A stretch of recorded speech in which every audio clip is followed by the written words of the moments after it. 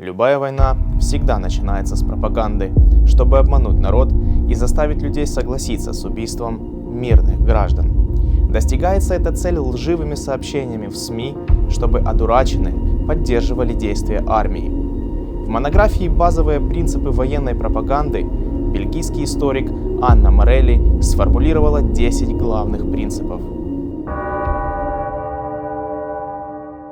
Планируем ли мы нападать на другие страны?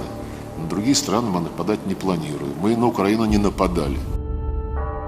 Нужно убедить граждан РФ, что украинцы занимаются дискриминацией, ненавидят нас и напали первыми.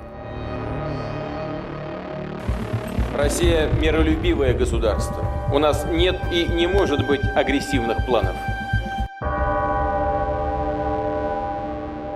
Защитить Российскую Федерацию от военной угрозы, создаваемой странами Запада, которые пытаются использовать украинский народ в борьбе против нашей страны. Путинская пропаганда яро настаивает на том, что именно украинская сторона виновата в войне, которую начала сама Россия.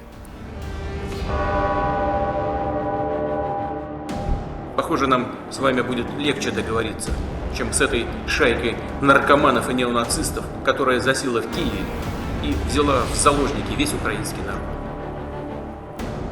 Украинская власть во главе с президентом Зеленским своей решимостью и стойкостью вдохновляет народ держать оборону и не сдаваться.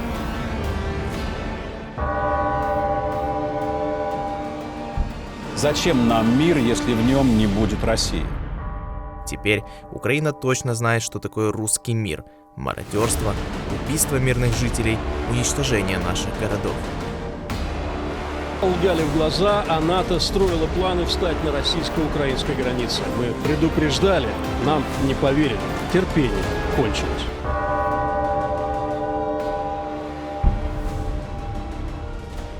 По сути, они действуют так же, как и террористы во всем мире. Прикрываются людьми в надежде затем обвинить Россию в жертвах среди мирного населения. Только солдатам Российской Федерации дозволено обстреливать зеленые коридоры с детьми и женщинами, несмотря на все договоренности. Противник в лице националистических батальонов использует гражданское население как живой щит.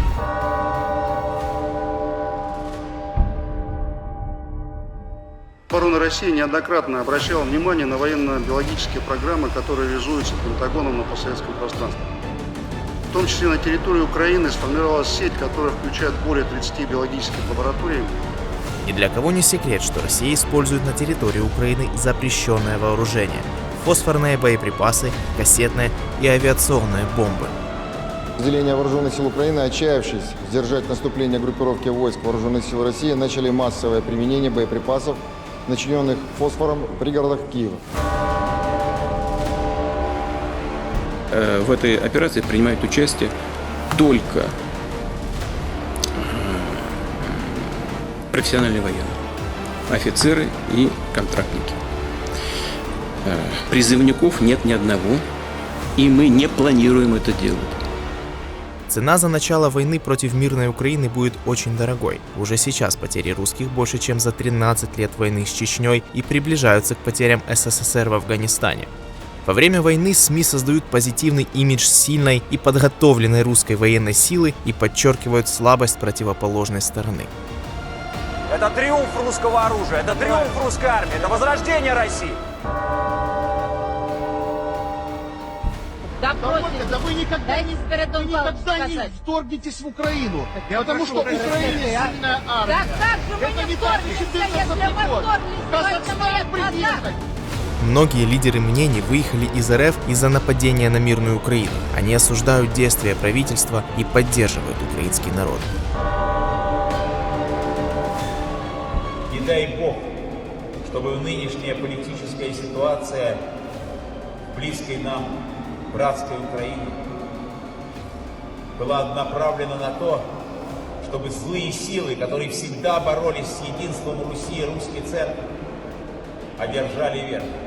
В то время как русские священники благословляют солдат на ведение войны, украинские священнослужители проводят службы под непрерывными артиллерийскими обстрелами.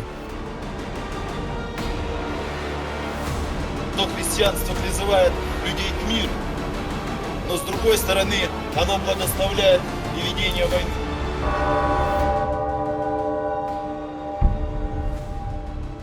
Принято решение о ликвидации радиоканала и сайта «Эхо Москвы». На волне радиостанции теперь будет работать музыкальное радио «Победа». Россия считает, что люди, которые мыслят здраво и не верят пропаганде, их враги. Поэтому путинский режим запрещает и пресекает любые попытки независимых СМИ рассказать правду. Все эти 10 пунктов четко дают понять, как работает путинская пропаганда. Ложь, которая звучит в России отовсюду, влияет не только на общественное мнение, а и на судьбы русских солдат, которые тысячами гибнут в Украине. Одурманенная собственным величием и манией непобедимости, путинская Россия уже запустила процесс самоуничтожения. И что-то менять уже поздно.